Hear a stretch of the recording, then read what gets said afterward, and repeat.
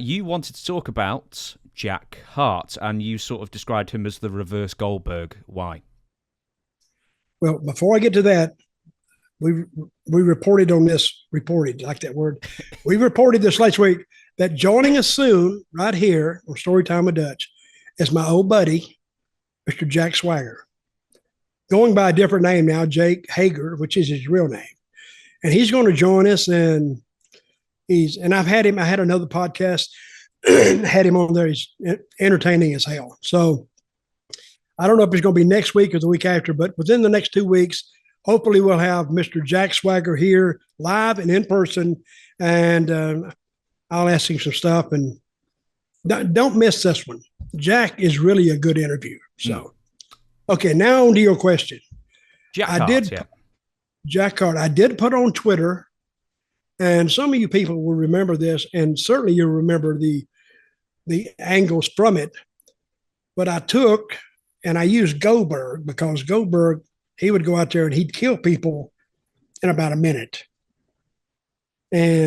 But what I did was I took Jack Hart, who was, when I booked Florida back in the 80s, he called me one day and I said, he said, I'm from there and I really want to come home. And, you kind of like him just talking to him. He's a good guy. I said, okay. But I didn't know what I wanted to do with him. So I brought him in, and I finally figured out his gimmick. His real name is Barry Horowitz. You may remember him from WWE as Barry Horowitz. But I brought him in as Jack Hart. That's what he said his name was. I didn't know anything about Horowitz. But he was the one who couldn't win a match. It was in reverse. And we made it work for itself. Here's a guy that can't win a match, but yet at the same time, he was trying to be a heel, people hating him, and it took on a life of its own. And he would lose to everybody, get up and he'd cry, and you felt sorry for him. And this went on for about, and I left Florida. I went to Oklahoma to watch this territory. But it was an enjoyable piece of television work. And we'd always put his record when he'd lose a match. He started out, he was here about 3 weeks, and we'd start him out as 38 losses and 0 wins, and our zero win, 38 losses. And every week when he lost on TV, we would add 2 to it, because usually the people would see him wrestle in Orlando or Miami or Tampa, because nothing was going to change. He was still going to get beat. I think we ran his record to like 130 something consecutive losses before he finally won. But when he finally won, Paul Bearer, which was later on the Undertaker's manager, and what was his name, Doctor? Was it Percy Pringle III? Percy Pringle, and then what was Undertaker's manager? What was he called? He was Paul Bearer. Paul Bearer, okay. And he wanted Paul Bearer to manage him, and finally got down. He lost the last match, and Paul Bearer got in the ring, was frustrated with him, and slapped him. And then he slapped him again. Now, the fans are saying, hit that, because Paul Bearer had a little steam on him. And finally, he hit that Paul Bearer in the little studio. It only hold like 75 people, 100 people at the most. They exploded. And then some other guys run in, and that Paul Bearer was managing too. And he ran out in the street just to get away from them. His final interview that day was, he says, and Gordon Soley interviewed him. He says, what are you going to handle this deal with Paul Bearer? And he says, I may not be able to beat another swinging in the state of Florida, but one person I know I can beat is I know I can beat him. And he got him over.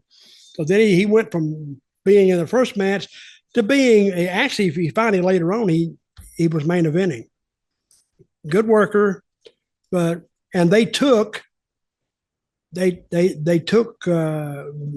angle, and actually ended up, when he went to WWE, they actually talked about it, that what he did. And So it's funny, if you do an angle in Florida and WWE hears about it, see, there's no such thing as copyrights on angles or patents or anything. They could just copy it if they wanted it. And they did. They put him on there, and I don't think they did a good a job with him as I did. But he kind of got over there a little bit. And then Memphis ends up using it because I was there. Then Oklahoma used it, and somebody else used it. So it's just it's a Goldberg in reverse, and it's a heel that you're trying to get people to like to turn babyface.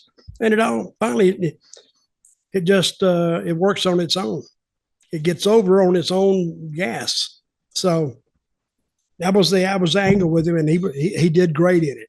And it was in WWF, he finally beat Chris Candido, of all people, and then Hakushi, I believe he beat as well. So they actually did the exact same storyline in WWF in '95. Yep. And I think I did it with him about 10 years earlier. What territory was this when you did this? Was it Florida or? Florida. And it worked good. Because it's not a 8-year-old kid can understand it.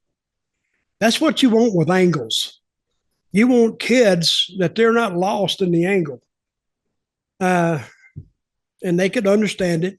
Their parents could understand it. And it was good entertainment. So everybody could relate to it. And he was looking for a win. And a very good worker, I believe, as well. He's highly touted. He's really a good worker. He really is. Not very big, and he's a smart ass. If you're talking to him on the street, you'd want to punch him. But he doesn't mean anything by it. It's just the way he is.